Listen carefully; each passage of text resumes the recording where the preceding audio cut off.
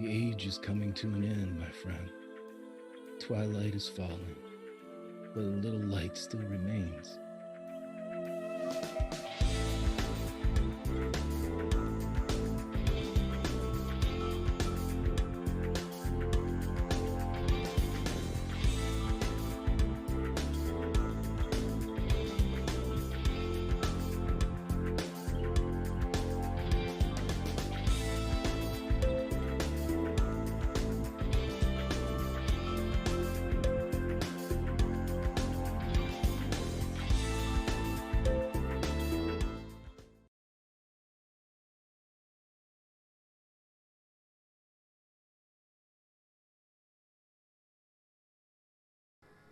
Arise, minions, and welcome to unMadeGaming. We are here for another episode of Atari Twilight Twist of Fate. I will be your voiceless talking head, or headless talking voice? That's the one. For this game, as I turn things over to Greg. But as always, if you like what we do here and you want to support the channel, the best way to do that is over on Patreon. Link for that down below. Get all kinds of behind-the-scenes exclusives. While you're down there, join us over on Discord. Be a part of the community. Be a part of the conversation. And as always, you will see in the bottom right-hand corner the corruption bar, which has been aptly renamed Michigan. When that bar fills, it does two things. One, Greg gets to do what the hell he wants to these wonderful players and their characters. And two, every single dollar that goes into there goes back to helping this channel afford some sweet art, some cool editors, and hopefully phase me out of a job. But until then, you're stuck with me. But for now, Greg, take us back to the 80s that never was. Thank you very much, buddy. It's great to be back here on unMadeGaming, both live and on the YouTubes. Let's go around, meet our cast. Let's see exactly who they'll be playing, what their playbook or class will be. And the question that I will ask each of my players today is, if you could assign one word, a descriptor, a feeling for how your character is in this moment, what would that word be? Let's start with G. G, who are you playing? Class and playbook, and how are they feeling? Hi, today I'm playing Scarlett Blake. She is a 13-year-old girl. She is a jock. She is an athlete, a football player, very dedicated, driven. And right now she, not really a feeling, but she, if I had to put a word to it, she is adrenaline junkie right now. The adrenaline is flowing. Okay, great. In a tense-filled situation, being wired on adrenaline is the perfect answer. I love it. Let's go over to Bacon. Bacon, my friend, how are you? Who will you be playing?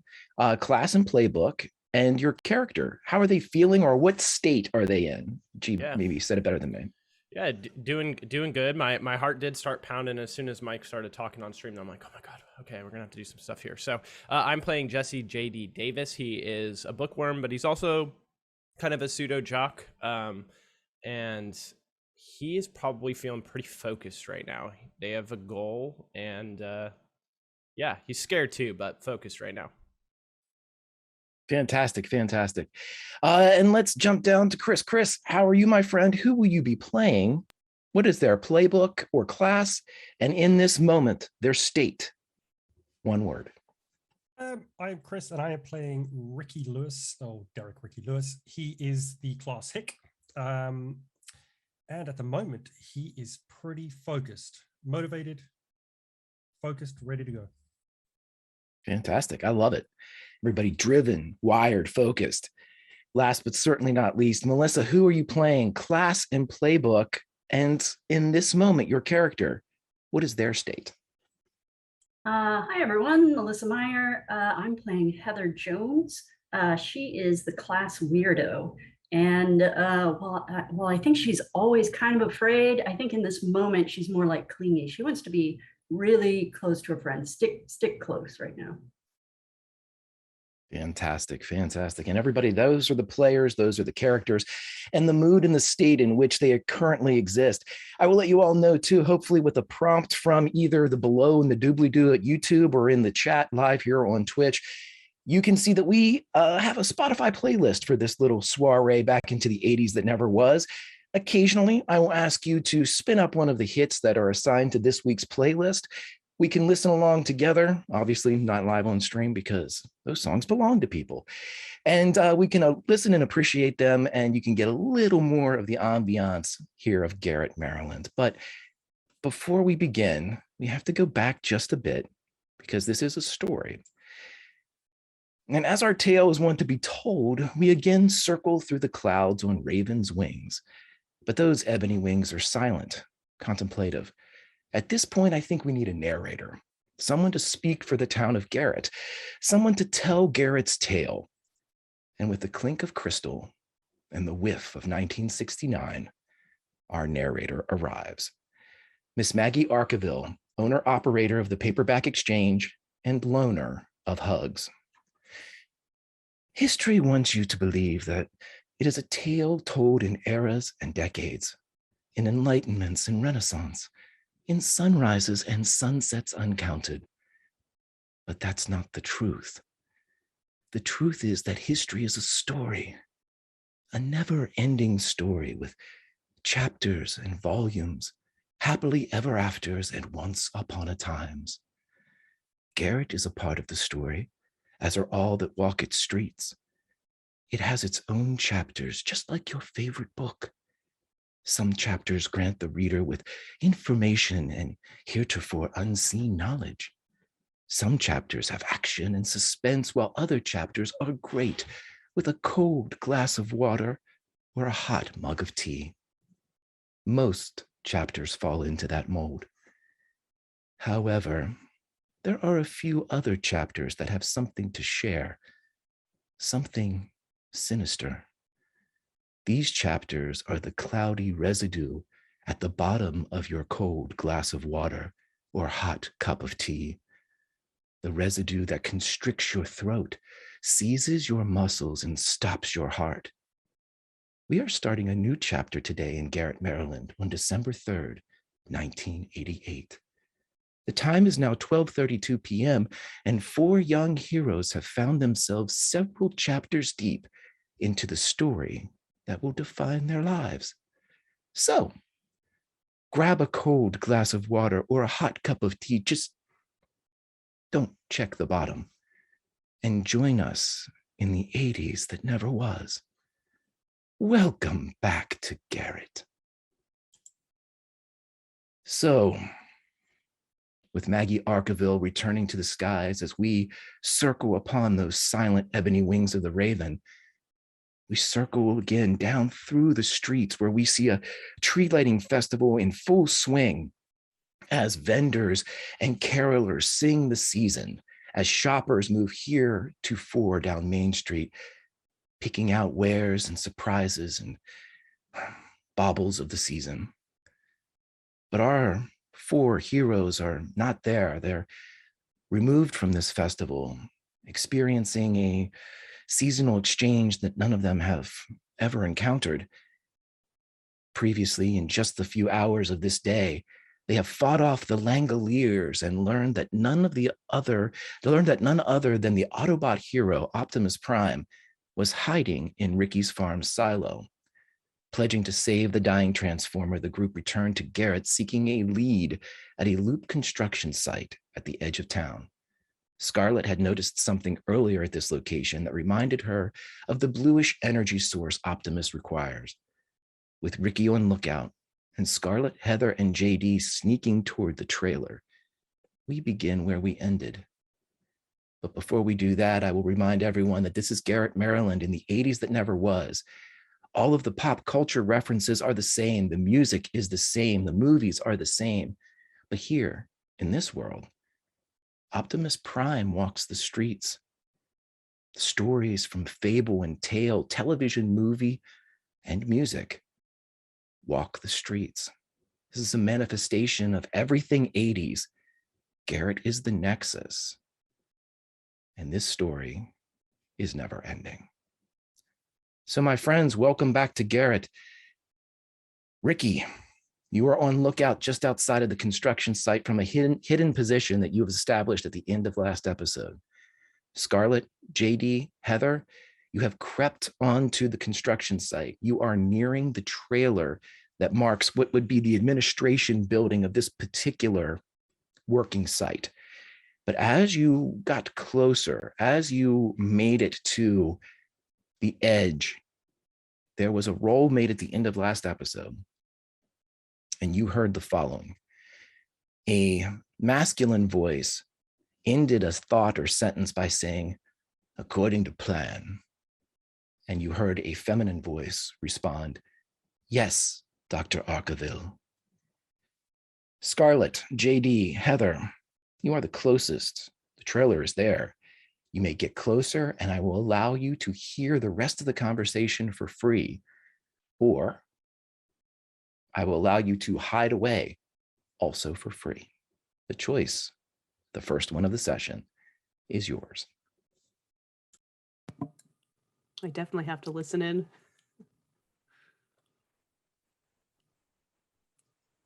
Yeah, I think that's a good choice.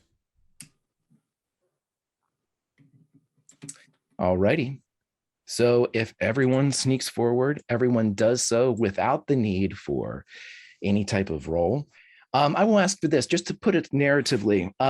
You can see that the map that we have there, the trailer is facing kind of the intern. It's at the edge of, it's kind of centered, but at the edge of this particular stretch. The rest of the lot is under construction. There is an empty parking lot off to the side with only one black SUV parked in it. Do you creep directly up to the trailer, kind of almost pressing against it? Do you keep space between the trailer and yourself? Do you just creep within earshot? You set the stage for me. Tell me where you are. And with those feelings that you had before of wired and focused, tell me how that effect is on the physicality of your character. Well, I think Scarlett, I'm imagining her kind of leading the two of them. So she's in front, and she's going to go to right up to the edge of the trailer. So like she's like physically touching it. And then that's when she's hearing the voices and the conversation. And like her heart is just like pounding in her chest. And she's not like breathing heavily or anything, but like she feels like electrified, like that adrenaline going through her, like she's ready to move if anything happens. Okay. Melissa Bacon, do JD and Heather allow themselves to be led by Scarlett? You don't have to. It's just if the lead is being given, do you accept it? Go ahead. I was just gonna say, I think JD's gonna, he'll follow the leader on this one. They followed him to the farm, so we'll do the same. Heather, she's nervous, especially once they started hearing voices. She expected that they were going to come across an empty trailer, and so she's getting into a real fight or flight or freeze state, and getting real tunnel vision. So at this point, she is right next to Scarlett, and really all that she can really see at this moment is Scarlett, and she's not really seeing anything around her or hearing anything, and is just laser focused on like not trying to get caught. Fantastic. Okay. So as I've been GMing for a while, and I always like to have moments of art, which is why Melissa is one of my favorite people in the world.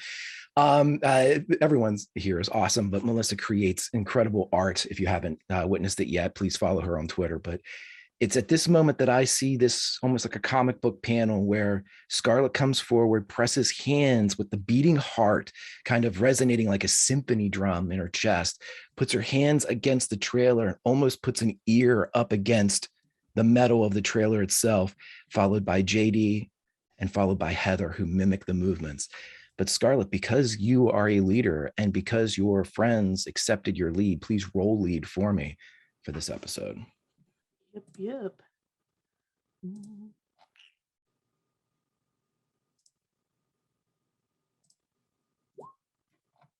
No successes. Okay. I will tell you that you can push the roll if you'd like, but you will assume a condition if you do so. There is no fault or negative consequence if you decide to just let it go at this point. No, I think I'm going to leave it for now. Very good. Then everybody, as the ears of the three press against the metal, please go to your Spotify playlist and cue up a little Corey Hart, Sunglasses at Night, if you will. And so as the three of you press against the side, you hear the continuation of a conversation. The feminine voice continues. With the final test of success, I will confirm with the engineers and have the tunnel cleared for full operation by the first of the year. With the portal fluctuating as it is, we will need to divert additional resources to monitoring equipment and observational personnel. Another dozen or so should cover all 3 shifts. Still no contact from the Langoliers. At this point, we have to assume they have failed in their scorch. The masculine voice answers. I want the tunnel operational in 7 days. Secure the Energon test payload on site and prepare it for a return trip tomorrow. Assign 24 operatives from both security and gravitational to observe the portal. I don't want to miss a thing that is happening. These rogue divers need to be dealt with as soon as we find out where they have gone.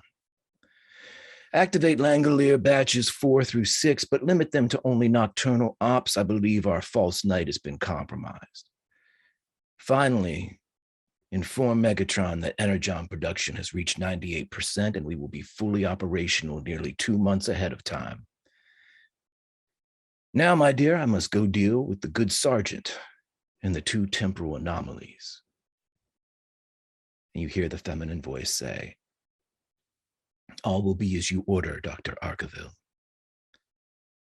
At this moment, the 3 of you, and Ricky, even you at this distance, the 3 closest have a profound, almost painful pop in their ears as there is a change of pressure and a sound inside that is not unlike the sound of a bank vacuum system delivering a tube to a drive-through attendant.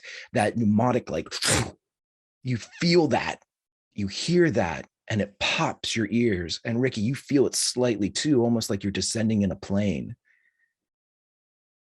And with that, you also hear somebody approaching the door. You all are right next to the trailer. What would you like to do as you can hear somebody?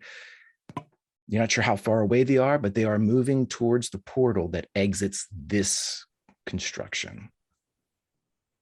What side of the trailer is the door on? Oh, we're going to be nice and say that it is on your side. So the side that we're literally hiding against? Mm-hmm. Oh, okay. We're going to say that you're back at the corner, so you could easily put the trailer between the 2 of you, like, between anybody that would exit. But the door itself is right there. To be fair, a trailer like this has doors on both sides. We hear them coming. Scarlett's gonna kind of like motion back to everyone and kind of point behind her to motion to everyone to move around the corner of the trailer. Since you are all so close, I will need a group sneak roll at this point.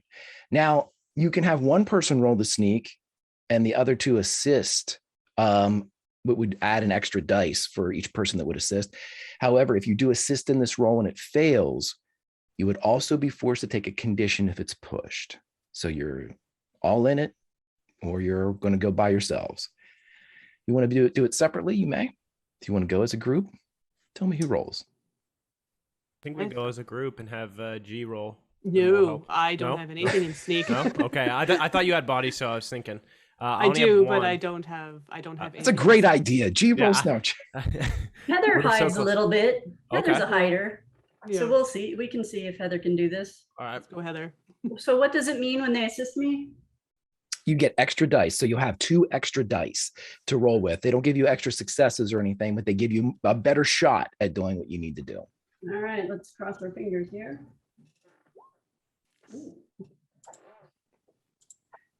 Fantastic. And with just enough, Heather, the tunnel vision kind of broadens a bit. You have a larger theater, a larger firing solution. And as this is flight, fright, or freeze, you elect all of them.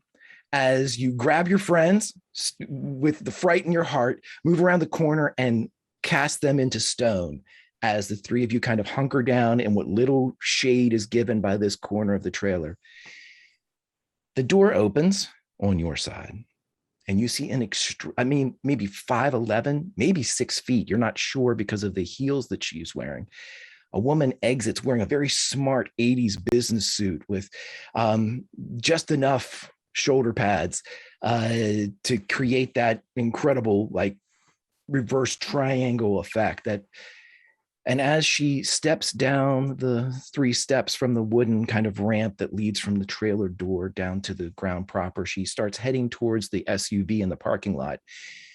Anybody, if you would like a face claim here, we're going to go with Uma Thurman. And so as she is moving, you notice that she is not carrying a briefcase. She doesn't seem to have any type of communication device on her. At this time, it would be more likely a walkie-talkie of some kind, or maybe one of those great big brick cell phones. She seems to have nothing, not a purse, not a knapsack, nothing. But she is moving towards the SUV, and the door closes behind her. What would you all like to do as she is exiting? You can wait for her to leave, if that's what she's doing. Is there a window?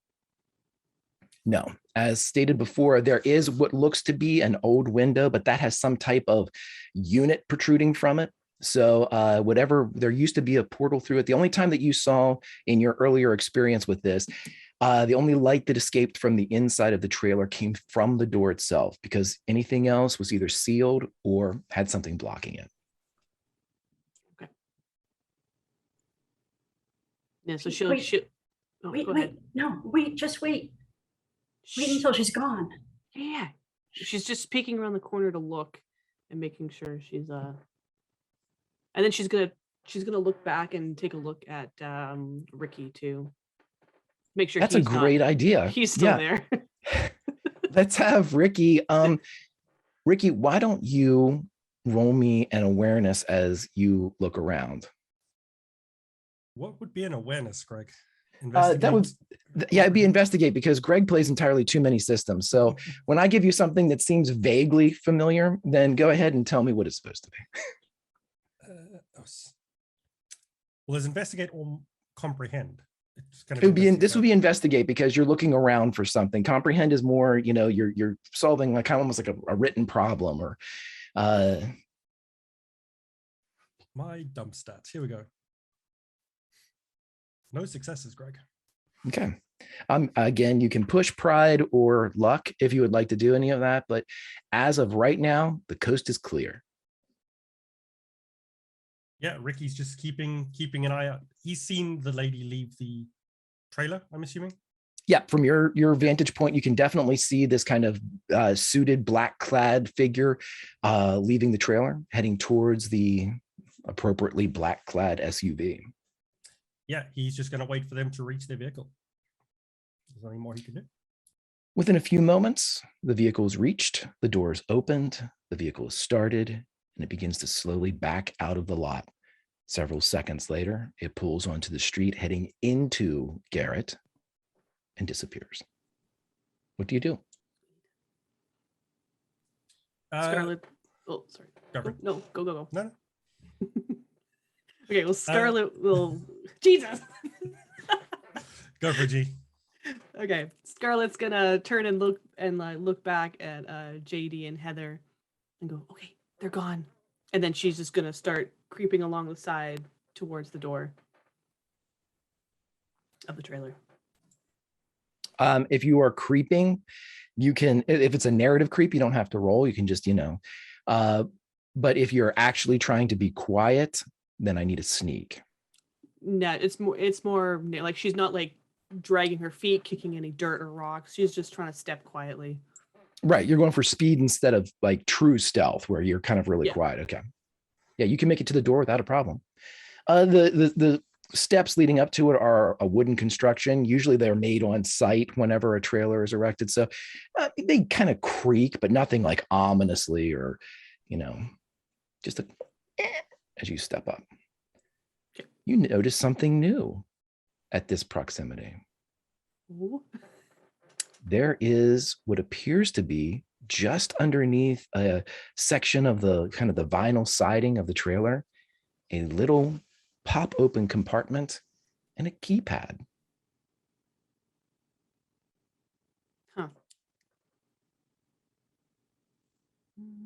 It was that second success that wasn't hit for the investigate whenever you were running. Okay. Is the door locked? You check it and it, yep, Locked. It is locked. Okay. it is locked. And can I listen to see if I hear anyone inside? Sure can. Roll me an investigate. At this point, Heather, JD, are you following? Are you staying hidden? Sounds all the coast is clear. Sounds clear to me. Yeah, I think JD would stick with Scarlet. Okay. Move with her. Yeah. Then you're a step below her as you hear her like against the door. You hit that one step too. She stepped. Yeah.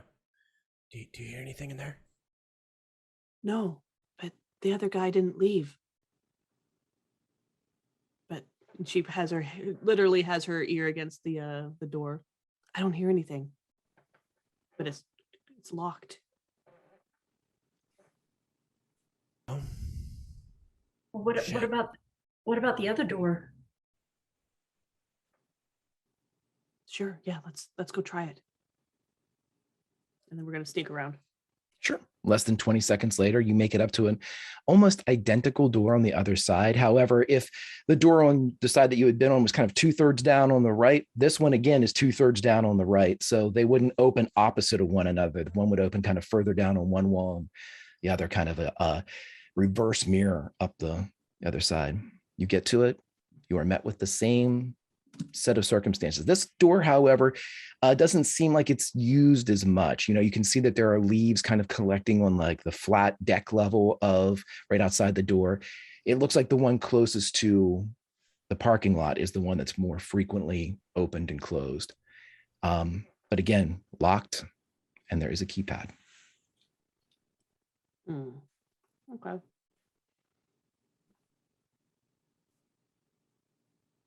Do you think we should break the door in?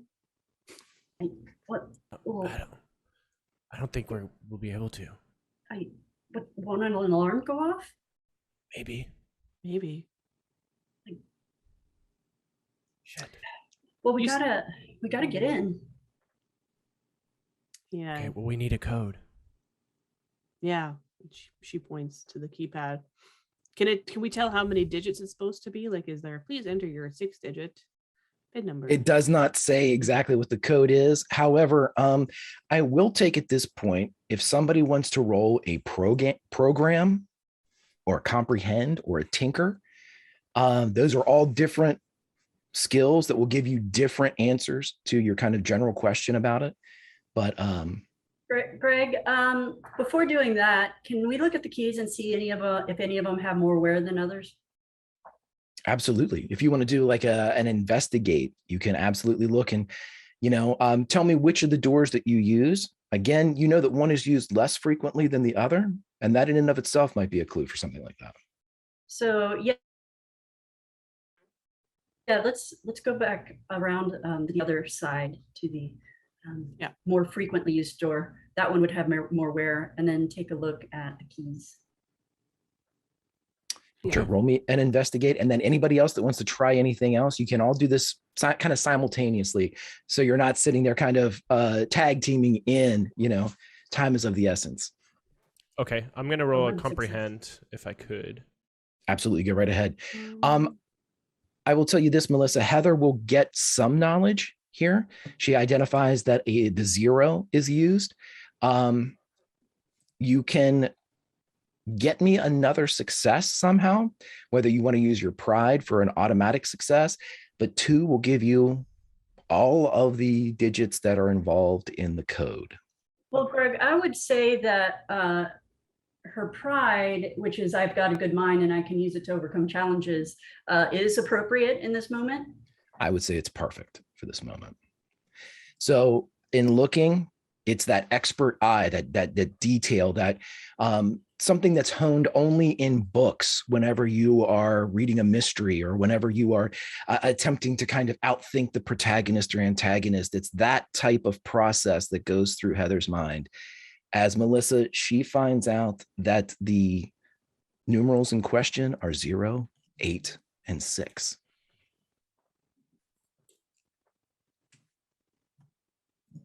There's a 0, 8, and 6 in this, but I don't know what the order is.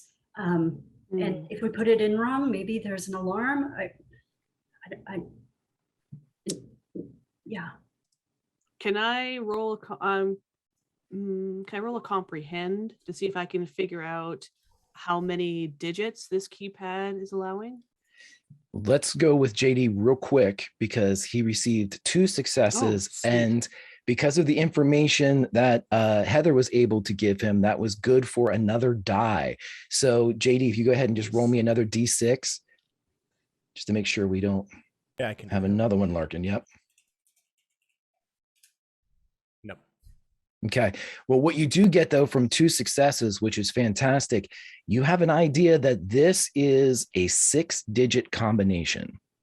You believe that also that at the very least, just because you're able to kind of piece together that it's probably 2 sets of 3, that you believe the first sequence to be 0, 8, 0.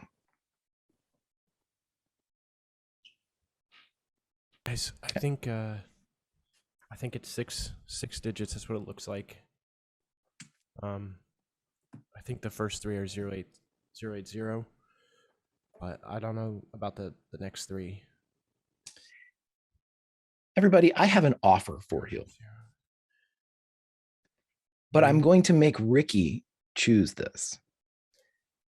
Ricky, at this moment, I am going to let you be fate. You are going to decide whether or not your 3 figure out the last 3 digits of the code. I just need you to tell me, in their exploration and investigation and kind of tinkering and moving with the keypad, does it break or not? Does it pop or come loose? Does it, that moment where you kind of are prying and trying to look and, pushing the screen a bit, does something shift in the keypad or does it remain sound? That's a very good question, Greg. Thanks. Yes. As chat says, a twist of fate, if you will. It's a dad joke in a title, everybody. Okay. I was trying to think, how would Jesse have tried to comprehend?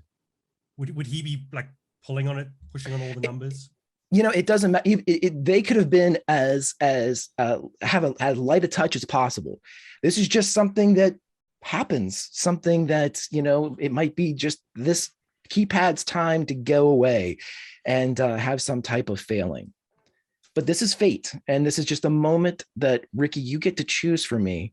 How does this play out? Does this keypad remain sound? Or does it experience some type of something? I would say it would probably break, Greg. It's on a dusty construction site. Who knows? Someone bumped it with a pole before and the kids just took it that little bit further. I love it. And as the keypad, for whatever reason, JD, nobody was prying at this thing. You're all trying to be. It just seems that as you're just investigating kind of like around the sides and everything, it's not like it pops out on a spring like it's in a cartoon or anything like that. You just see almost the housing, the metal kind of lip and ring that fits around the outside to kind of weatherproof it. It just kind of drops off from the top about a ½ inch, almost like it peels away, just, and you see the face of it kind of dip a little bit toward you as you all move back. But in so doing, you realize that the final sequence of this particular contraption is wired specifically as 886. The other numerals on this keypad are wired for something decidedly different. And that's when you notice the explosives that are directly behind the keypad. At least you think they are. It doesn't say TNT and have dynamite sticks, but it's gray bricks with funny curly wires coming out of them that seem to be attached to the 1 and the 2 and the 3. What does dynamite mean? Guys, I don't think we should mess with this anymore. Look, I think if we press the wrong buttons, this whole thing might explode. Who does that? I don't know. Well, I don't know, but those look like bombs to me. But you broke it. No. Well, it broke itself. I don't know. I was just trying to figure it out. It's a piece of junk. Nobody puts dynamite inside of a lock. Are you sure? They do in the movies. That's just what that looks like to me. And Any of the three of you would be Mad Max fans by any chance? Not the 80s one. Maybe JD, right? I would probably be more into like James Bond. Okay. Well, Yeah. then none of you would notice that this is the exact wiring setup that was inside Max's Interceptor car whenever it was taken from him in Road Warrior. But that's just information that'll be for the audience. I don't know. But She points at like the wires that don't have the gray stuff attached to them. But we can press the right code, right? See how the wires are? yeah, but it's if you accidentally press the wrong one. Well, we're not going to press the wrong one Did if you we know hear what the bef- right one is. Did you hear before about they were talking about Megatron? Mm-hmm. Yeah, I heard that. That was weird, I right? feel like we need to help Optimus Prime. Yeah, I think there's energon in here. She's going to maybe- press the buttons. And what order do you press them in? I don't know. I love it. Uh, I would have told you that 080 would have been the first three. And then I believe Yeah. I got the second as 886. Sounds like it. Mm-hmm. yeah, so if that's what you tell her, then she's gonna go, okay, guys, go over there. Go stand over there. Heather books it over there. Yeah. All right. As she's Heather like- goes, are you sure? Yeah, okay. Yeah. Okay, I'll go with Heather. And she's gonna 0 8 0 8 8 6, and she's gonna jump back. As you jump back, the door opens. Yes. I don't know what I was going to do if you went 866 or something. I guess that would have been the end of Scarlet. But she has that adrenaline, so she's ready for anything. All right. Right. Yeah. Okay. So she looks back at them and goes, "It worked." As soon as the door opens up, as she turns back to say, "Hey, it worked," JD and Heather, you would see a blue glow illuminating the trailer side of Scarlet's face. Hey, she did it. Heather will move forward, creep back up to behind Scarlet in the stairway up to the trailer. Who's the first one to go in? I will Does be anyone if- go in? Not Heather. Well, first, do we want to get JD, or sorry, do you want to get Ricky back here? Or We probably should. Ricky, I'll, you can roll and investigate while you're up there. Coast Those is are clear. All looking good. To get Ricky, maybe I'll like pop my head around the corner so he can see me, and I'll try and like, come on, like wave him over. Yeah, you can definitely see that. Yeah, Ricky, knowing that the coast is clear with his no successes there, he just books it. He comes out of the his hiding spot and just sort of run straight across the clear coast all the way to the trailer. The clear coast is easily traversed. You get all the way over to the trailer. Of course, as describing this construction site, it's very odd in that there isn't a fence around it.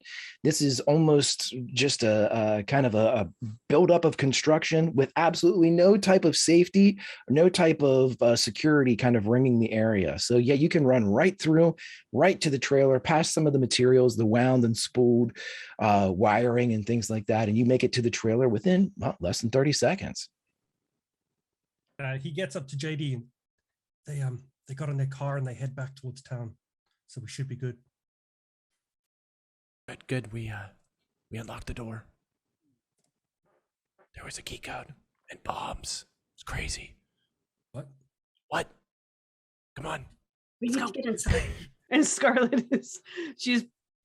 I'm assuming it opens in, or does it open out? The door in and of itself opens out. Okay. So it popped in. So she'll pull it and look through, see if she sees anything, and listen to see if she hears anything. So again, as you like that comic book panel, as you peek through, your eye and that side of your face is illuminated in blue. The regular sunlight of the outside kind of fades as you are accepting this new atmosphere. As you peek in, no need for an investigate roll here because it's pretty easy to identify that the trailer in and of itself has no floor. It has what looks to be just around the rim, just where the door on the opposite side and the door on your side is, there appears to be a very small catwalk, and it looks to be a balcony that extends into a subterranean level. So there's like a literal hole where the floor would be? There is a literal hole where the floor would be, and that's where the blue glow is coming from. Holy shit. She'll say out loud. What? She'll open Greg, the door. does this look like Castle Grayskull with the catwalk and the blue liquid? It's funny that you say that, Melissa, because it looks as if it doesn't look like an exact representation or mock-up of Grayskull. But boy, oh boy, I think the same architect might have had a hand in both Grayskull and in this construction design. Get in before someone comes. She's gonna open the door so they can see where do we go, and she's gonna look. She's gonna step onto the catwalk and look down. You can see that there is it drops down about 10 feet, and you see numerous piles that are covered in plastic. You don't have any idea what's beneath the plastic because it's not clear. It's translucent. There seems to be something under them. No idea exactly what they are. It's shrouded. However, what you do see, again, without the need for an investigate roll, because this is like saying, pick out the campfire in the middle of the night. When you look in, you see a strange triangular purple craft. You think that it would be big enough for a person or two. But inside the open kind of cockpit on the front of this strange vehicle, you see the blue glow is definitely coming from inside this craft. The craft itself seems to be resting on a single rail of what would look like train track, a monorail, if you will. It seems to be a separate track, and a main track stretches off into a huge tunnel that heads north. Holy shit. And this is all in about here? 10 feet down?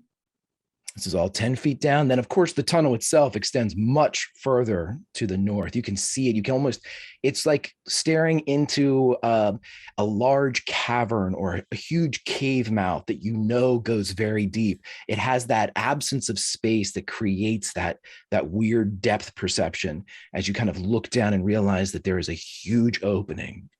But, much like a snake hole or something like that, you can't see too far into it. I don't understand. Is Garrett is built on top of Energon? Is that what's going on? What is this even doing here? How how did this get here? Is there a ladder or something to get down? Yep. Looks to be, just a couple rung ladder to get you down to the ground. On the other side, the less used side, there is actually a set of stairs that curl up to it. But on this side, there's a ladder. So she's going to take the ladder down. No roll required. You make it to the ground. This is not a dirt floor. This is not cement either. It looks almost like linoleum, but it's one single piece that stretches. You don't see segments in the floor. It almost looks like it can't be, but it almost looks like it's one solid piece of something. And then, of course, there are these, they're geometric. I mean, they look to have edges of boxes or rectangles beneath these piled or this draped kind of translucent heavy plastic. Heather is starting to push gently on the other two and saying, go, get in. Ricky will sneak in and follow Scarlet down. Can't leave her running off on her own. Anybody that wants to go down can. I'll look to these guys and just, do we want to shut the door behind us?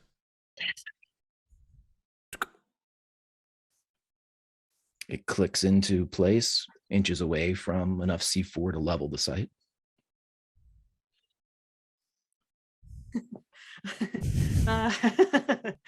She's gonna lift the plastic and look underneath. Again, no need for a roll here. You look at underneath it and you can see it's bizarre in that it kind of seems super high tech. So it takes you a second to realize that what you're looking at here are video monitors and what would look like computer screens. However, they're much smaller than you would expect, and none of them are plugged in. It looks as if they're arranged in what would be kind of stations, but nothing here is finished. They're still getting ready. Setting up some sort of security station. I will take an investigate from everybody at this moment.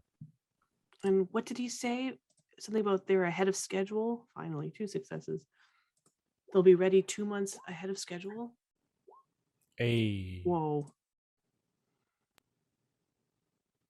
JD and Scarlet are both dialed in here. So here's what I'm going to give you both. Single successes gives you all of the information that you have coming up here. However, I am going to give JD, you can bank 2 of those successes for an investigate roll in the future. Scarlet, you may bank 1 for another investigate roll during this session. As you all kind of get to the floor and finally have a view of that tunnel that heads to the north, this is a tunnel that's maybe 30 feet in diameter. It is massive. And as you look down this straight tube to the north, in the distance, you can see this ring of blue energy getting farther away. Like the lights in Castle Grayskull. Yeah, it does look like that. She'll point it out so Ricky can see it. Yeah. At least it's going away from us this time.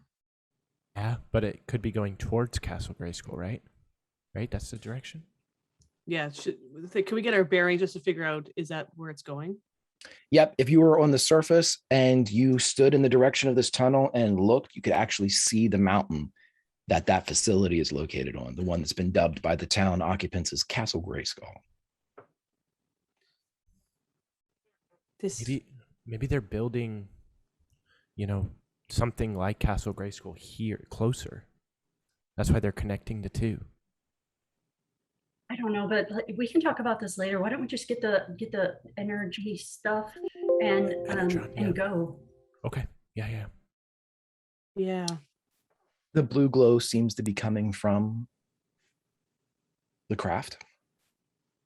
Yeah, we'll go over there and take a look at it. Coming from the craft, how?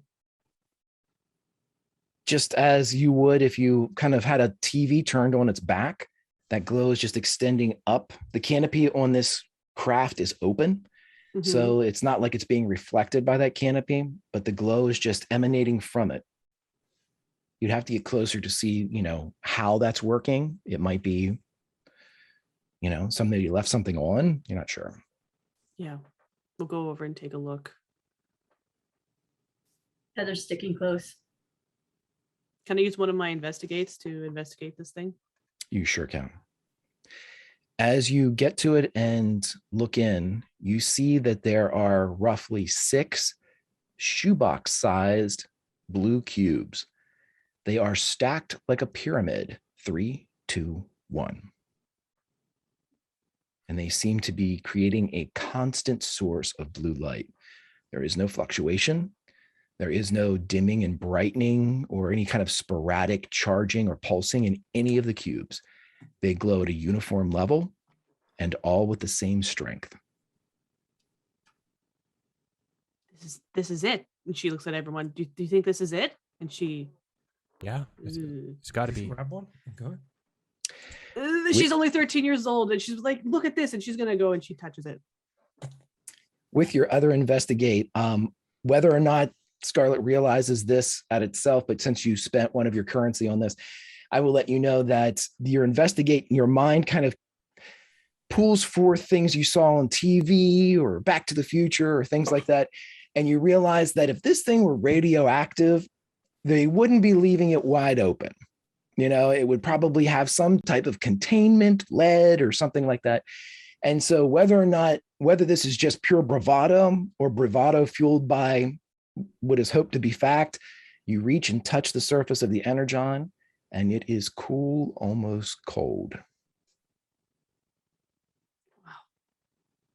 She's kind of like touching it and like, oh, this is cool. It's like literally it's cool and it's awesome.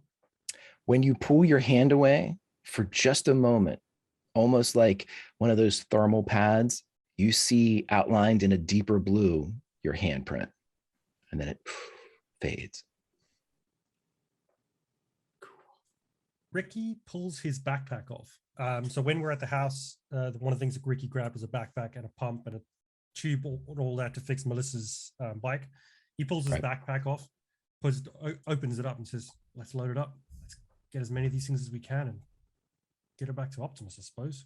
Yeah.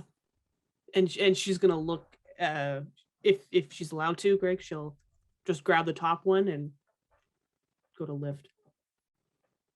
It seems to hardly have any weight at all. When you grab it and pick it up, you have to check to make sure you didn't like grab it. You can feel it. It's almost one of those things where you reach down to pick something up and you think you dropped it for a second. And you're like, oh shit, no, and you didn't. Yeah. And you still have it. But you pick it up and it's that cold combined with that almost weightless quality to it. It's not, it could be anybody that would pick one up. You're either going to feel awe or maybe a bit disconcerted because it's not really behaving the way it should according to certain scientific principles. It's too light. Yeah. And she picks it up and just, whoa. And she's like gonna like she's even gonna like give it like a flick toss, like just a short little toss, like she would for her football, and like, look at this, and then like back and forth between the hands. I will take, if somebody rolls me a comprehend when Scarlet does this, who knows, you might learn something. Yeah, I'll give it a try. 2 Nice. successes. Yeah, you notice that it definitely defies gravity for a second. Yeah. It's almost like a when somebody that's juggling kind of scarves instead of balls, it looks as if they kind of hang for a moment and parachute. This kind of square object, this cube, launches up and hangs for just a beat and then drops back down. Oh my God, stop playing around, Scarlet. Stop playing around. We gotta go. Okay, And that can explode. Oh, I don't think so, but okay, yeah. But it's just okay. And she'll kind of like spin it in her hand like she would her football, and then she will put it inside JD's bag, and she'll grab the next one and she'll flop it up as much as she can fit in there. Yeah, I'm going to say that I'll be generous and say that you can get 4 of them into the backpack, which, if they're shoebox sized, probably couldn't be 4, but they're also cubes. So, we're going to say that the backpack can hold 4.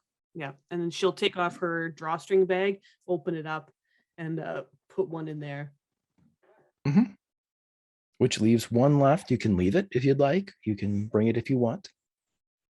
Heather also has a backpack. She'll hold the backpack out to Scarlet. And she'll take the last one and put it in the bag carefully for her. And when the last one is placed inside of a bag and the bag closed, that strange blue campfire glow disappears completely. And you can only see what would be kind of like the soft glow of emergency lighting. And this is, you lose almost all light. You didn't realize how much it was reflecting off of the floor down here. And so you're cast into very near darkness. You can still see one another. You can still make out the shapes and the piles and stuff, the computer monitors that are underneath the plastic. You can still see the catwalks and the stairs and the ladder. But there's a gloom now. Oh, no, it's the dark. Heather's going to reach into her backpack and get her itty bitty book light out. Turn it and flick it on. The itty bitty book light, powered by what anyone could only assume was some type of like nuclear core back in the 80s. If anybody had one of those things, it was, you could, warn a ship. So when it telescopes up and casts its light out, it's not the same effect as the blue light, but again, it does catch the floor and kind of give a different view of this area. More scientific, more medical, perhaps the magic is gone a bit, but maybe a different type of magic is there. You can see. I want you all to roll investigate for me, please. Has the blue light down the tunnel that was moving, is that gone? The blue light down the tunnel, Ricky, when you look, is gone. Fantastic. Ricky got a success. Ricky. Okay, so those of you with the one success, from about 10 feet above you, you hear what sounds like the heavy footsteps of something walking. And the reason why I say something is because that something is shaking the ground. You look up and you can actually see the trailer move a little bit. Nope. They know we've taken it. We need to go. Yeah, we gotta go. Fourth quarter, guys. Let's get the hell out of here. And she's gonna help Heather towards the rail. Which door would you like to leave from? Back door. Closest to the bikes? Yeah, closest to our bikes.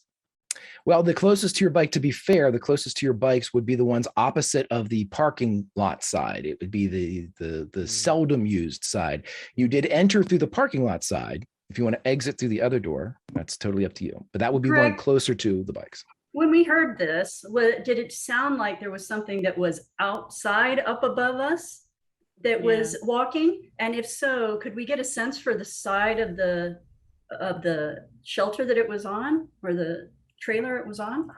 Did anyone have 2 successes? JD did. Well, he had those 3 successes from his investigation. Investigate, yeah. So if you want to burn one, I could help you out. All right, let's burn one. Might as well. With that burn, I will let you know that this seems to be on the parking lot side. After you kind of wait for a second, it stops and then parking lot side. It's towards the parking lot side. Let's go out there. Go to follow Scarlet. Okay. Let's go out the back door.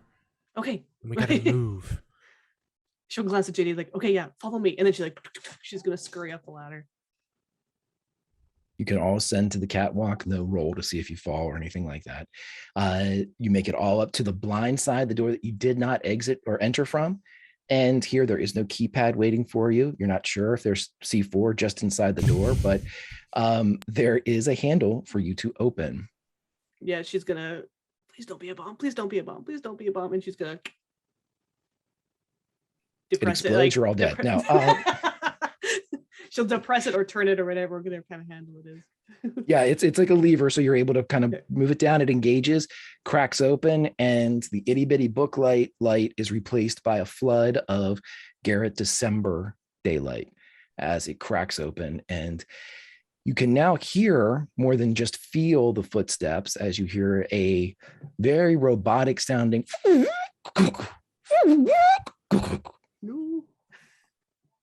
Heather, run. And she's, can we see? We're going to look.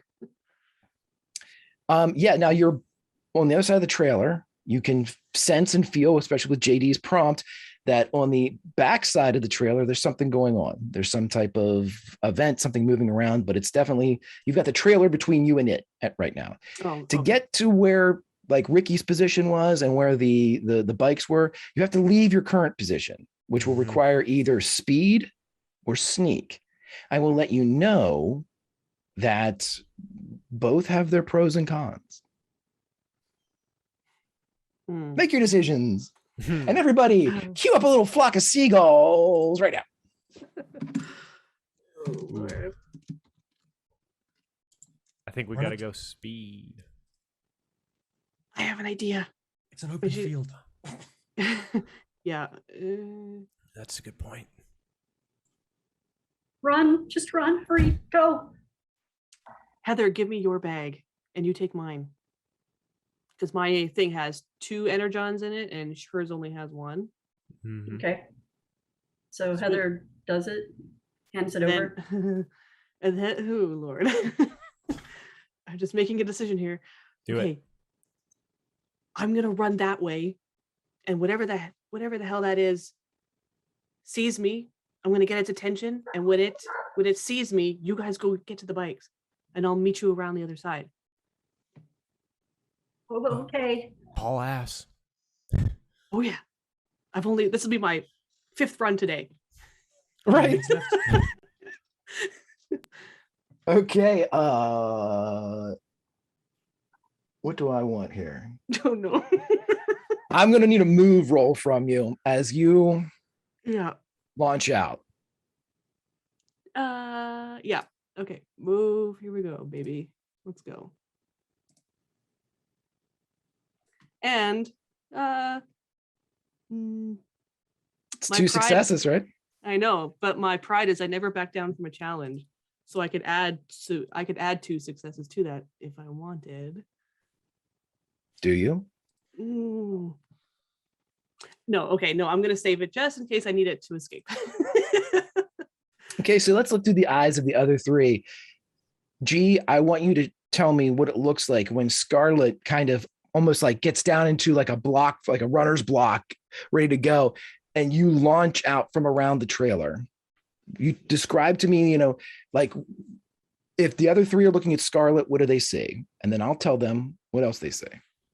Yeah, she switches the bags with Heather. Her mindset is that whatever this is, it might be attracted to the energon. So that's why she's taking the least number with her. And she kind of glances at everyone, make sure everyone understands, and she's like, okay, break. And she won't even wait for them to break. She's going, hey, break. And she's going to turn and go to the far edge of the trailer. And then she's going to glance, and then she might mutter, she's going to mutter under her breath, fuck you, coach. And she's going to just fucking haul ass and just book it. Now, in this direction, do you want to run towards Garrett or like away from Garrett? You have that choice. You can pick the side of the trailer. Towards Garrett would be towards where the bikes are. Away from Garrett. Away. Okay. Yeah. So her idea is to run in the opposite direction of the bike. Whatever this thing is, hopefully will turn its attention to her so the others can run in the opposite direction and get to the bikes. Okay. So Scarlet kind of, again, wired adrenaline junkie, takes off running. The rest of you, as soon as she rounds the corner of the trailer and heads down the dirt road, kind of heading out of Garrett, her Converse slapping against the gravel, you hear a mimicked sound of running. And around the side of the trailer comes a bipedal robot that stands about 15 feet tall. It has on the sides of it 2 drums that seem to be some type of armament, and printed on the side of it, it says Alta 209. And as it runs around, it opens fire. Oh, fuck. And you all bear witness to this monstrosity. There is a spin, and both drums start firing. And you see pellets absolutely eradicating the dirt road just behind Scarlet. As it pelts and you hear the ricochets as it hits the errant stone. You see explosions of this limestone puff. At this point, I want to ask Scarlet, that pride, is this something that you'd like to use, or are you going to bank it for later? No, I'm going to use it right now. Okay.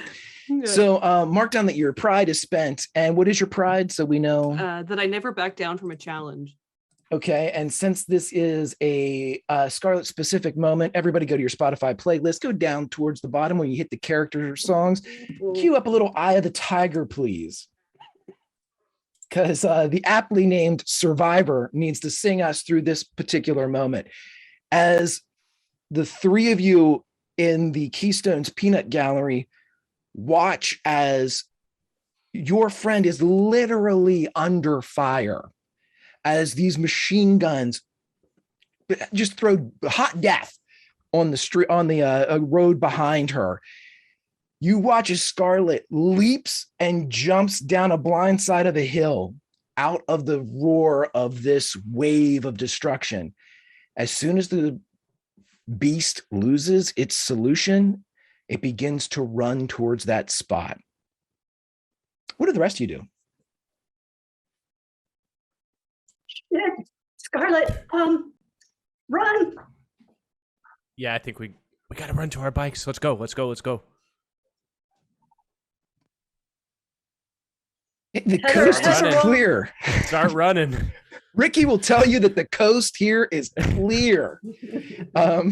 So as you run back towards Ricky's former position and the bikes, you can hear these shots going off. This is not quiet, and this is most obviously gunfire, as there are ricochets. It's really not the gunfire sound itself, which few people have heard a Gatling gun go off or a Vulcan cannon go off.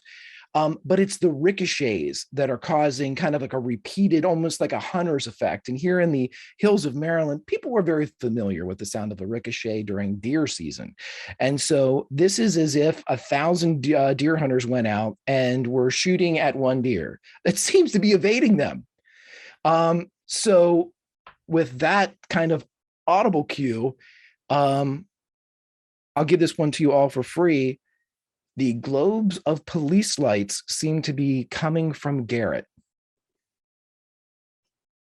Heather's, as they're running, saying, oh shit, she's gonna die, she's gonna die, she's gonna die. Can't leave her. Nothing's gonna catch her. What do we do? Think- Wait. Let's go meet her. Let's just get on the bikes. Get on the bikes. No, let's go meet her. And I think when Heather's going, she's gonna die, it goes over to Scarlet. She's like, I'm not gonna die. And she's running. And just as you continue like this run, I'm not going to die.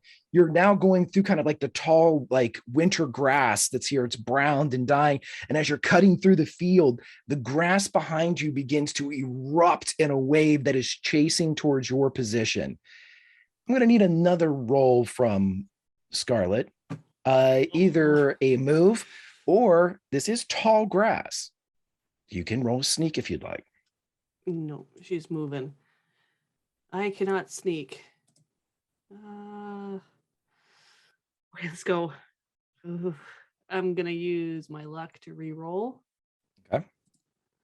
Let's go. 2 successes. You're not sure what tells you to go to your right, Scarlet, but just like you zig on the football field when you should have, when everyone else would have zagged, you move just as where you were becomes, historically speaking, gone, as the ground and the area erupt into this rush of flung metal. And as it blisters, you move off to the side, and almost as if it's aggravated from the back, Alta 209, you hear this as it turns and tries to reacquire you as you disappear over into yet another small hill, using them almost like a labyrinth as this thing rushes to try to, it's pivoting on the top of its frame and its legs are running in whatever direction it says. So sometimes it can be faced completely backwards. It has complete movement around its top, but it seems to be working both angles. It's trying to kill you with geometry, which I almost died from in high school. Oh God. Yeah, of course she doesn't, she's trusting that the others are making their way to their bikes, and she's trying to circle around. At least when she can't see the little Alta 209, she's trying to zig her way back around. Right. And that turn to your right actually brings you back towards Garrett. I will ask the other three at this moment. You have 2 bikes between the 3 of you. You see what looks to be the approach of law enforcement, but your friend, as Heather said, is going to die. What do you do? Whip 2 bikes. Okay. We need to help Scarlet. So you guys take 1 bike, and I'll go pick her up. I'm faster than both of you guys on the bike. Okay. So I get her. She can get on the pegs or handlebars, whatever. Just do it. Let's go. Nope. And I'm gonna go that way. Get on a bike and just. Roll me a move +1 because you have the bike, and the bike will act in this particular scene as an item that is more necessary than normal. Okay, move. 1 bonus dice. I actually am not that fast at this, but let's see. Aha! Everybody, you were down there around the Eye of the Tiger, so what I'm going to ask you to do is, if you wouldn't mind, just drop down 1 to Sweet Child of Mine and cue that up, as this was the song that was playing, I believe, during a certain football game. And as JD just absolutely starts hauling ass, as luck and geography would have it, you are moving downhill as you leave this area and kind of curl back in towards Garrett. And as you are sticking to the roads, kind of seeing this destruction just off to your left, as luck would have it, cutting through the tall winter grass is Scarlet on an exact intercept course with your bike. You see each other. How are you going to do this baton transfer? Yeah, this is going to be crazy. I'm going to try and speed up. So in track, when you are the next person to grab the baton, you have kind of a taped line.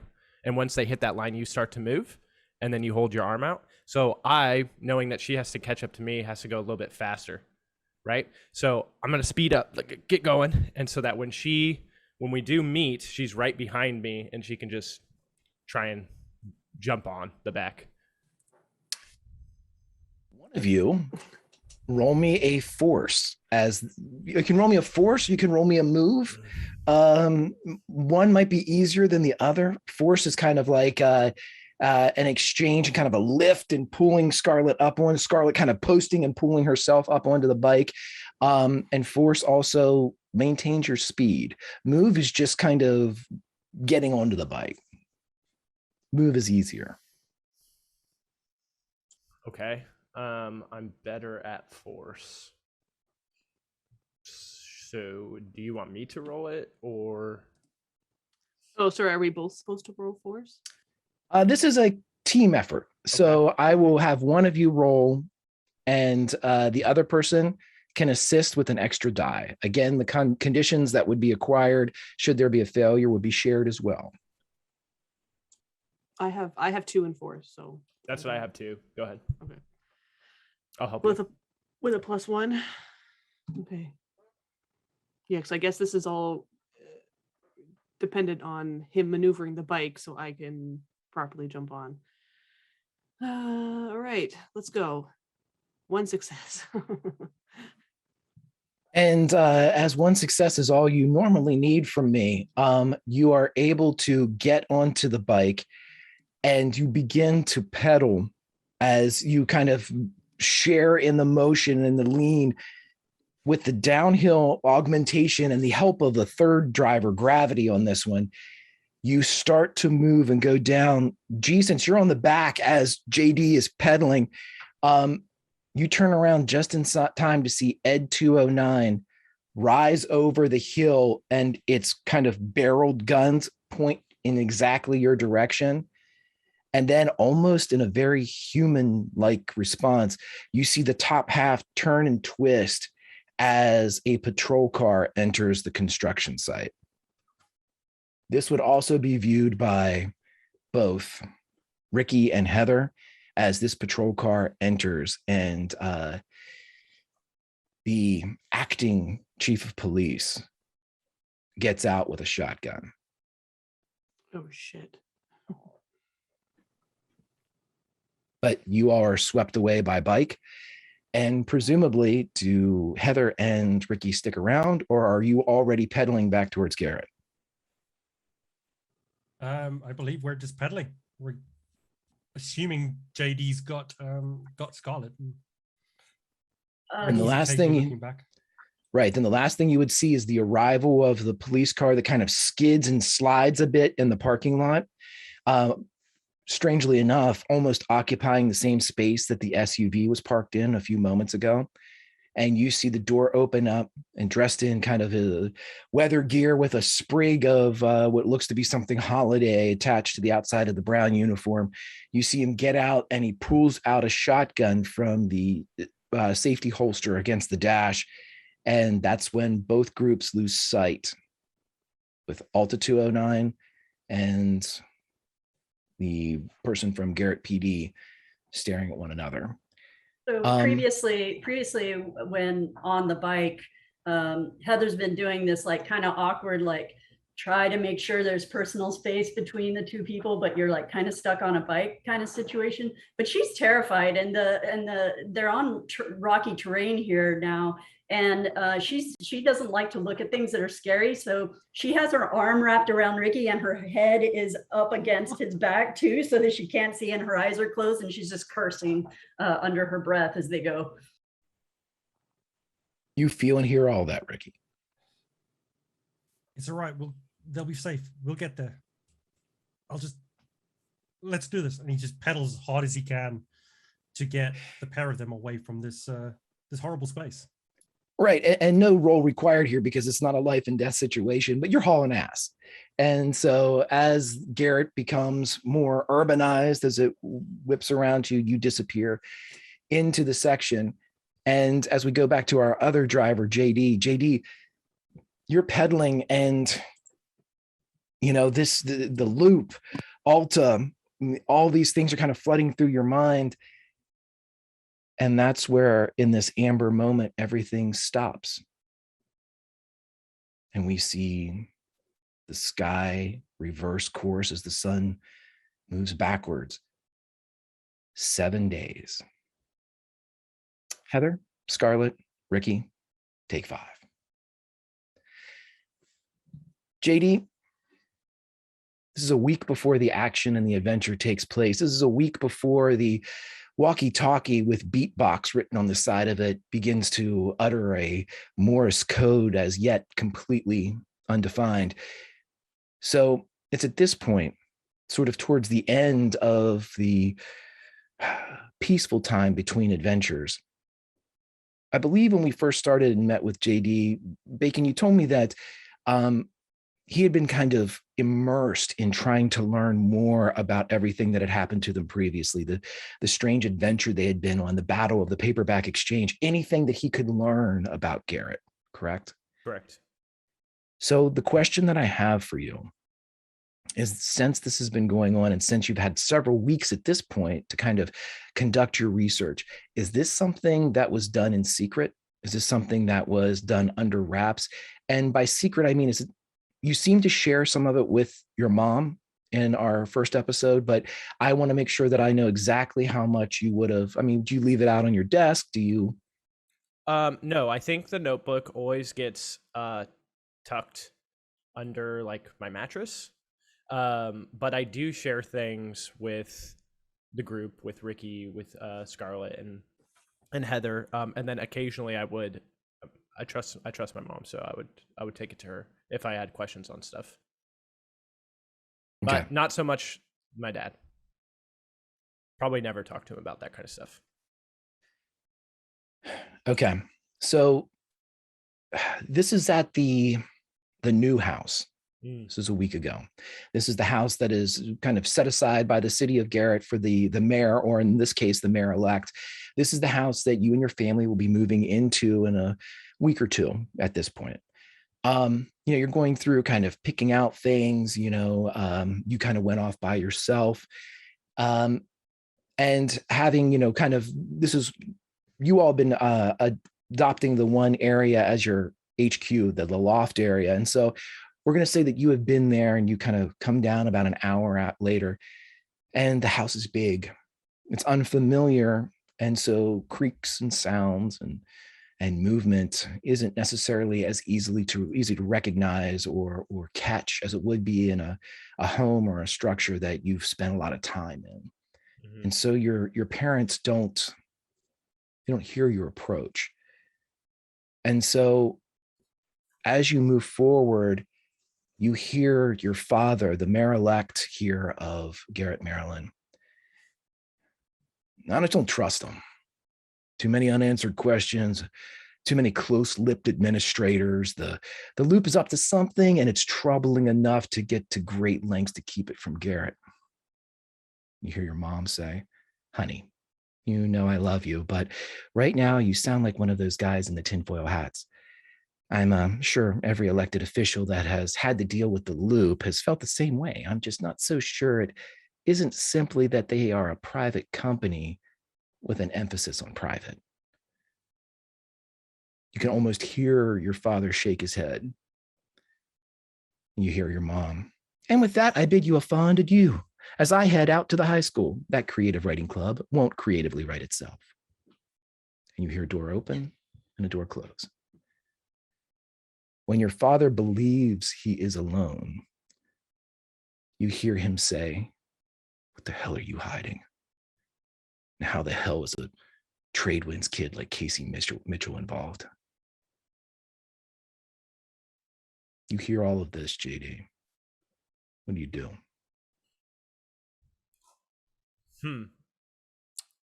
Would JD have seen Casey's picture on the milk carton? Absolutely. Yet? Yep. In fact, it is the picture of the milk that your mom just got. Milk that will be almost expired and out of play in a few days' time. Okay. Hearing the name, I'll walk in and I'll say, Dad, did I hear you say something about Casey? The kid on the milk carton? You guys find him? He turns around. Roll me either a charm or an empathize.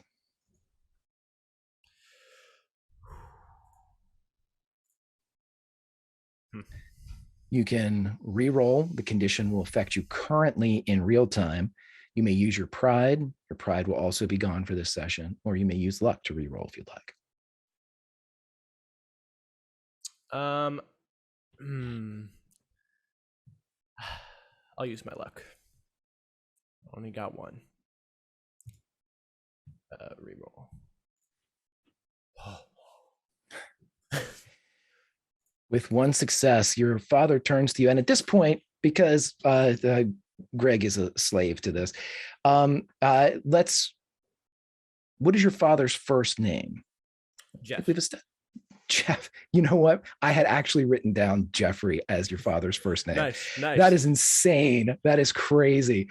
Okay, I had to have a placeholder, and I put Jeff. That is nuts. I'm a little. That's a little creepy, huh? Yeah, that's. Woo. Okay, so right.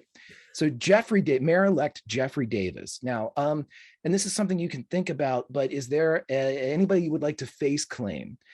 Just so you know, everybody, Ricky's dad was in a part of a flashback. We have Kevin Costner as the face claim for Ricky's father. And I didn't know if you wanted to do something like that, or we just leave it up to the audience's narrative imagination. Greg, however, already has somebody he's assigned to it, and I'll continue that, but I will only share if needed. Sam Neill. Oh, Jesus, that's great. It's not who I picked. That'd be crazy. But yeah, so okay, so Sam Neill's perfect, everybody. So Sam Neill as mayor-elect Jeffrey Davis, everyone. So your father turns to look at you and son, what do you know about the Loop? Other than, it's a big company, and have you heard anything? Have the kids been talking, or?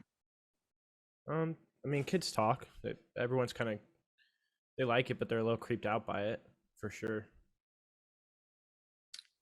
Have you, and he kind of gets closer, not like in your face closer, but definitely kind of like, if this were Dirty Dancing, he'd be dangerously close to your dance space. And he moves closer and kind of conspiratorially, have you ever seen anything? Doesn't matter how off the wall, but you ever seen anything? Or anybody ever talk about seeing stuff? Like I said, the kids at school talk all the time. We haven't been here too long, but why you ask? He looks right at you. Have you? This is a choice.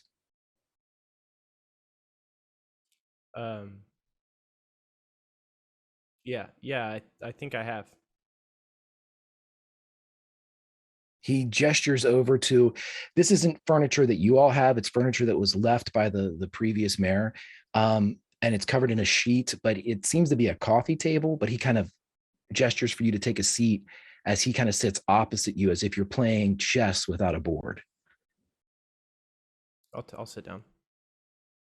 What did you see? I saw, we went up to Castle Grayskull. We had heard noises in our music. It was like calling out to us, and there's, I don't know, there's a person up there. Jimmy was there. A blue light. Main Street Jimmy? Yeah. And strangely enough, your father, who knows that Main Street Jimmy is homeless, he's considered in the area not necessarily to be dangerous, and not necessarily viewed as like a vagrant or anything like that. But again, maybe not somebody that you'd want your teenage son hanging around. Sure. He offers no complaint or condemnation that you were around this man. Well, why are you asking? Did something happen? Do you think Casey, I don't know, why are you asking? He doesn't break eye contact with you. Your father's not a politician, but strangely enough, he's really good at it because he's honest. And especially with you, he never talks down to you like you're a kid. He limits maybe some of the things he tells you just so he can shoulder the burden. Mr. Lewis did the same thing, but he looks at you and he says, kind of nods, realizes that it's time. There have been numerous complaints filed against the Loop since it opened. Land disputes being the most common, but I found instances of more sinister filings, bribery, extortion, kidnapping. Though none of the big charges seem to be anything more than footnotes and non-official documents, like scribbles in the margin of a textbook. Back in the late 60s and early 70s, the Loop seems to have taken 2-decade leases out on numerous plots of land around the area. If I could find them all, I think I might have a better understanding of why they selected those particular stretches of land. Have you found any? The site that they're building on at the edge of town was one of them. It was one of the first ones they purchased, so they took possession earlier than the most. Jeff Bartlett, the prior mayor, his notes are the ones that kind of set me on this path. About the Mitchell boy,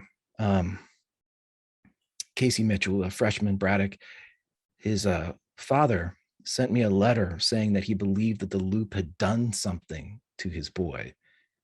He claimed to be a former employee of the Loop, but I haven't been able to corroborate that statement.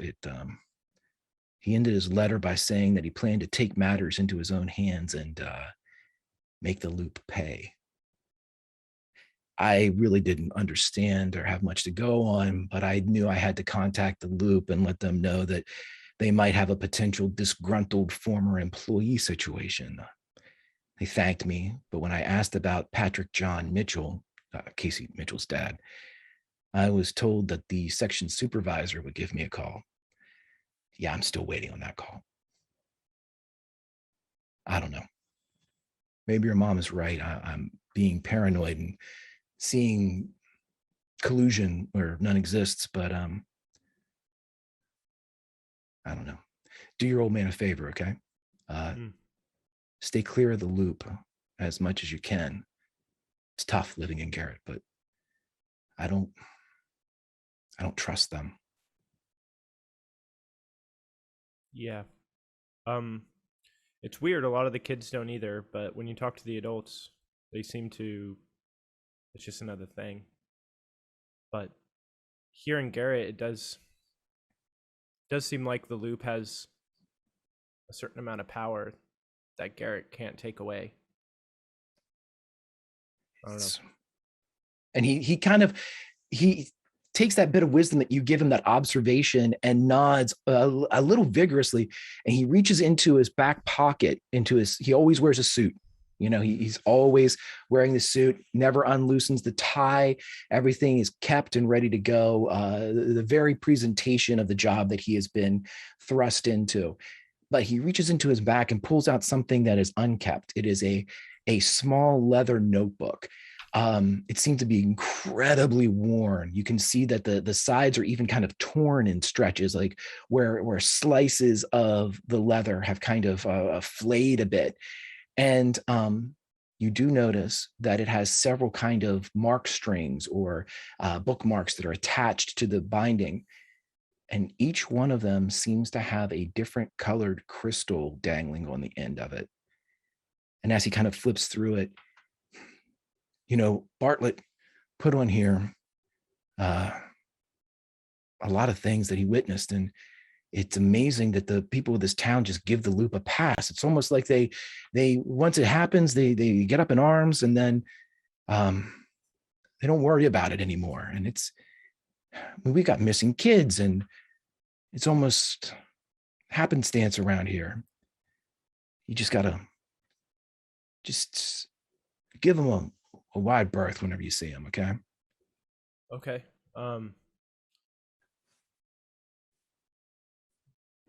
Okay.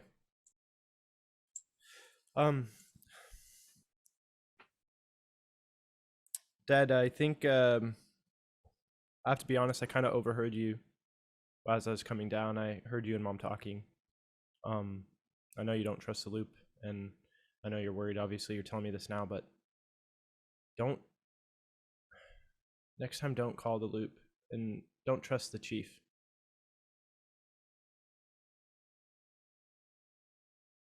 Chief? Yeah, Rugen, if you see him. That's the old chief's son. I wouldn't, that man's getting locked up if I see him. I know, you asked me if I've seen things.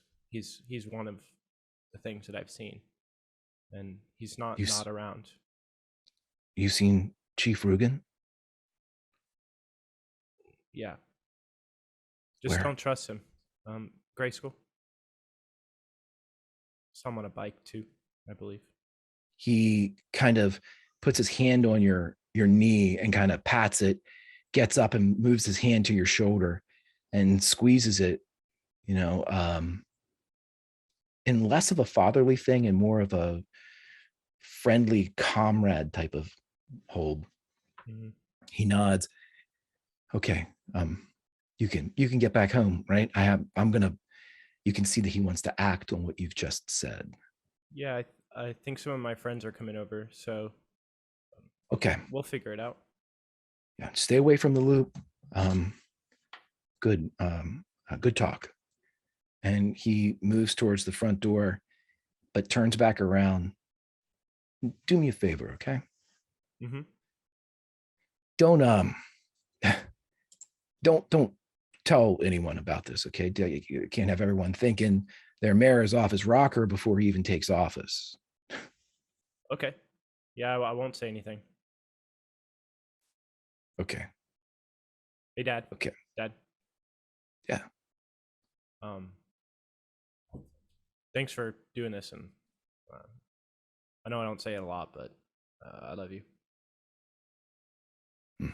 Right back at you. And he leaves and closes the door as we fast forward a week.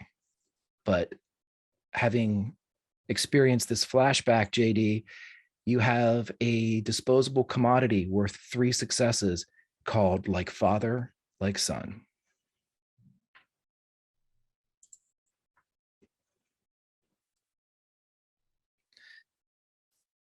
All right, everybody, let's get back into the situation. So let's go back to Corey Hart, everyone. As we're pedaling through Garrett on 2 different tracks, I need to know, everyone, you had several things that you wanted to do. A couple of them here in the town of Garrett. There was the library to I believe get a Morse code book. There was Heather's house to repair a bike, so you would have 3 instead of 2.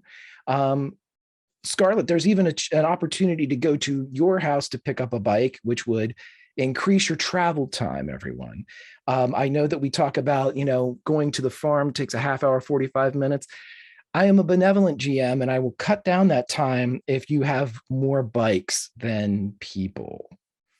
So what would you all like to do? Scarlet I will sounds let you all pretty meet back close. up too. Yeah, I'll let you all meet back up too. We'll say that you're able to kind of get together and catch one another. Paths. Yeah. Yeah. Ooh. Yeah, so I think she's just sitting on the bike, and as JD's pedaling, and she's just like breathing heavily, and she's not actually what does she say? Yeah, What are I'm we like, Yeah, she doesn't say anything. She's just What- breathing. Where are we going? What are we doing? well, I don't think we're gonna need to fix your bike or something, because this is getting rough. Okay. My house is around here. It's close. We can get my bike. Yeah. Mine's here too. Because Yeah. if we're dealing with things like that, I don't know how much our feet are going to be able to win out the majority of the time. Not all of us are as fast as you. All right, maybe we can maybe we could separate and get the bikes and then head to the farm. Yeah, I think that's good. Meet on the road out. Mm-hmm. Yeah. Let's split this energy stuff. Here, JD, here, take this bag. Then we each have 3. I'll give Heather her bag back. No, keep it so that we have 3. Each have 3. Yeah, each group will have 3. So if for Oh, something, I see. yeah. Okay. And then let's meet at the farm. Ricky, we need to go to my house because you have the stuff to fix the wheel. Yeah, we'll get your bike fixed. Shouldn't take long. Okay. And actually, she sounds pretty. Other than breathing heavily, she sounds pretty calm. Like nothing just happened. That's how she sounds. Heather doesn't sound like that. Okay, let's stick with JD and Scarlett then, as that would Scarlett's house, as the crow flies, would be the quicker one to get to. And so as you all pedal up to Scarlett's house, you realize again, The place is empty. You know that your brother is down helping at the tree lighting ceremony. It's part of his community service for school that he's down there, kind of helping with the different clubs that he's involved with. And as the starting quarterback for the football team, it's good for him to put in a little face time with the community. In addition, your father, who is a member of the Garrett Fire Department, and your mom, who is a store owner, are also currently engaged in various activities of the community involvement and preparation and care. And so the house is empty, and all it takes is, where does Scarlett keep her bike? Back porch, garage? It'd be in their garage. Yep. And by God, there it is. Yep. And she just, when they pull up onto the driveway, she'll just like hop off. She like gathers the backpack of Heather, and she just goes, and they probably, I don't know if the keypad entry, does that exist in Oh yeah. You mean like to open up the Yeah, so she'll open it up. She won't even say anything to Jesse. She just opens it up and then walks in and takes it off the bike rack, and then closes the door again. Is there anything else you need at your house while you're here? Hard-boiled eggs, I still have one left. Okay, well, I mean, that's all you need, really. Yeah. So no, I don't think she can think of anything that she'll need. Fantastic. Well, the house is there, visited and gone within the matter of moments, as one bike and two passengers becomes two bikes and two passengers, or two bikes and two drivers, I should say, as you all pedal towards the rendezvous point. And of course, history. Let's cut back to happening at the same time, of course. Ricky, you pedal up to the house of Heather Jones, and what do you all do? Where do you keep your bike? Or at least, where was it last time you saw it, Heather? Ricky, I don't like to run into my family very much. So if you can just, don't pull up in front of the house. Just go up behind and then follow me. If you follow me, we probably won't run into anyone. Yeah, sure, no problems. You'll fall in behind Heather. Do you want me to stash my bike somewhere? Yeah, just right there, behind those trash cans. He does. No. Let me ask a question of both of you, and this can be a different answer. Has Ricky ever come over to Heather's house before? Have they met in other places? Or again, this could be Ricky showing up one time and actually maybe having had an encounter with the parents, the guardians. What do you all say here? This is your story. I don't think he has. I think it would be a case of, as they're riding down the road, that Heather would actually have to point out which house it is, because he's never been. Heather would never have invited anyone over to her house, so probably not. So this is a first time a member of the Keystones, other than Heather, has gone to Heather's house. And so as you walk onto the property of, again, foreign soil, so to speak, Ricky, you can stash your bike, no problem. What do? Your bike is where you left it. The back tire is flat. Oh, we're going to try to stay out from view of the windows in the house, and stay along the side of the house and come into the garage by the side exterior door of the garage. Opening the door quietly, she tries to keep that door unlocked so that she can get in and out of the house as easily as possible. And then she'll pull her bike out of the garage first into the side yard there, so that they can fix it from outside the house. Okay. The door is open. You're able to move the bike out. A flat tire on a bike doesn't mean you can't roll it. You can still do so. Roll me a tinker, Ricky, as you kind of descend upon the bike. I think Ricky's best stat. Here we go. 2 successes. Yep, I know that you're carrying both a pump and an inner tube. You realize right away that the tire itself wasn't slashed. Someone just let the air out of it.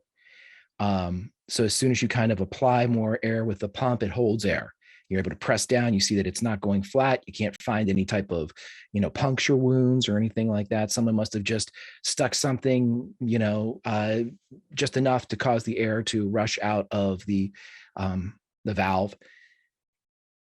Both of you roll me and investigate. He says very quietly to Heather, doesn't look like they've damaged your bike. If they have, we've got a spare inner tube for later. It's enough to get by.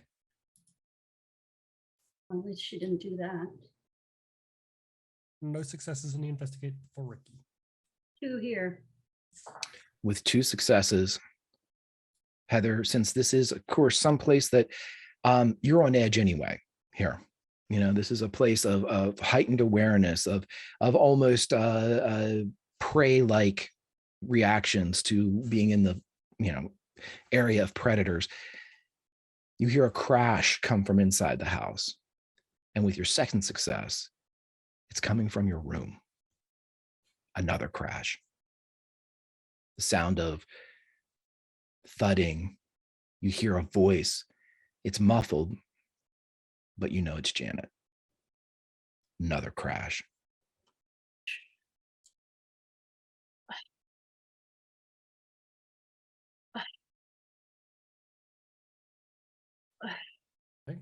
She's been.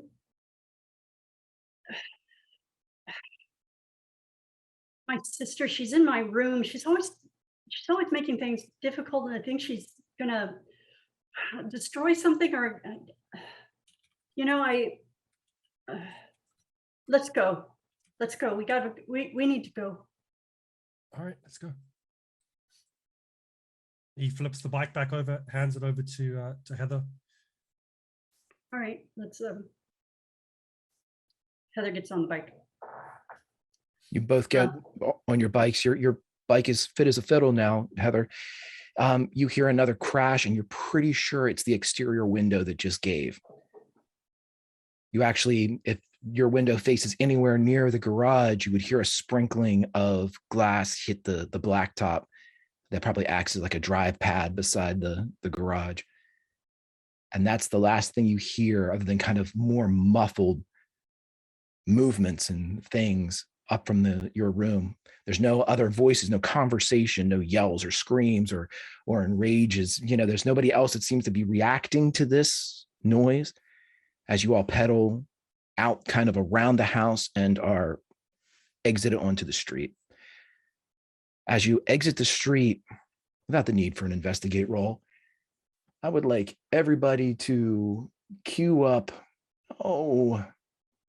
Let me see here. How about In the Air Tonight by Phil Collins? I know I'm stealing another song, but I think Phil has what it takes right now. And as the 2 riders leave the Jones house and go down and pass by the other homes in the neighborhood, the home to the left of Heather's that was for sale. There's a yellow Ryder truck parked outside. You see people moving large pieces of furniture through the front doors. A man directing them. And your new neighbor turns and waves at you, Heather, wearing denim and with black hair resting against his shoulders as Randall Flagg greets you. And that, my friends, is where we will end this session of Atari Twilight, Twist of Fate. Holy shit. Yeah, oh God. More problems. Oh, Greg. Oh, Wow. That was fun. holy crap. That was a lot. Holy shit. How's Heather ever gonna go home, y'all? How's that? She can live at the hideout. Yeah, there goes the neighborhood. That's great, Profa. Yeah. Okay, so real estate values just went way down. Okay. Wow. I don't know if I'm stepping on Mike's toes, but we'll go around and say goodbye to everybody, who they are, who you played, and where we can find you online. Let's go in reverse order. Melissa, how are you? And where can we find you online? I'm great. I love this game. I'm just a fan around here, and I think I've mentioned I'm a fan of all of these people. I think these are some of the kindest people in the world, also super talented. So follow them, support them in any way that you can. And yeah, that's it for me. Fantastic. And I think who was next? Chris, were you next? You were next. Chris, you're going anyway. How are you? Where can we find you? And yeah, that's it. I'm scratching my head. I feel for Heather. Poor Heather. I'm Chris. You can only find me in the Discord. The other thing that we are doing is in 2 hours back here on unMadeGaming for another game. But nowhere else. Discord. That's it. Fantastic, my friend. And let's jump up to G. How are you? Who were you playing? And hey, you didn't get shot or blown up. Two very real possibilities for Scarlet this week. Yeah. Hi, I'm G. Lightning Spaz on Twitter, Lightning Invoker on Twitch. You'll find me in the Discord for unMade Gaming, modding for unMade Gaming and for unMadeGaming. And yeah, you'll find me in the Patreon game in 2 hours for The Rise, which is a Cypher game. Yeah, that's me. Fantastic. And last but not least, Bacon, my friend, how are you? Where can we find you online, my friends? And take it away. Whew, man, I'm sweating. My hands are still like just. That was nuts. We could have died. Could have got exploded. So many things happening. So a lot of fun there. But you can catch me at As Told by Dice on Twitter. And we stream on the As Told by Dice channel every Tuesday at about 6 p.m. Pacific time. We're playing Lost Mine of Phandelver, but it's been twisted into like Lost Miss. So we're kind of like in a Ravenloft style setting. It's been a lot of fun to play in.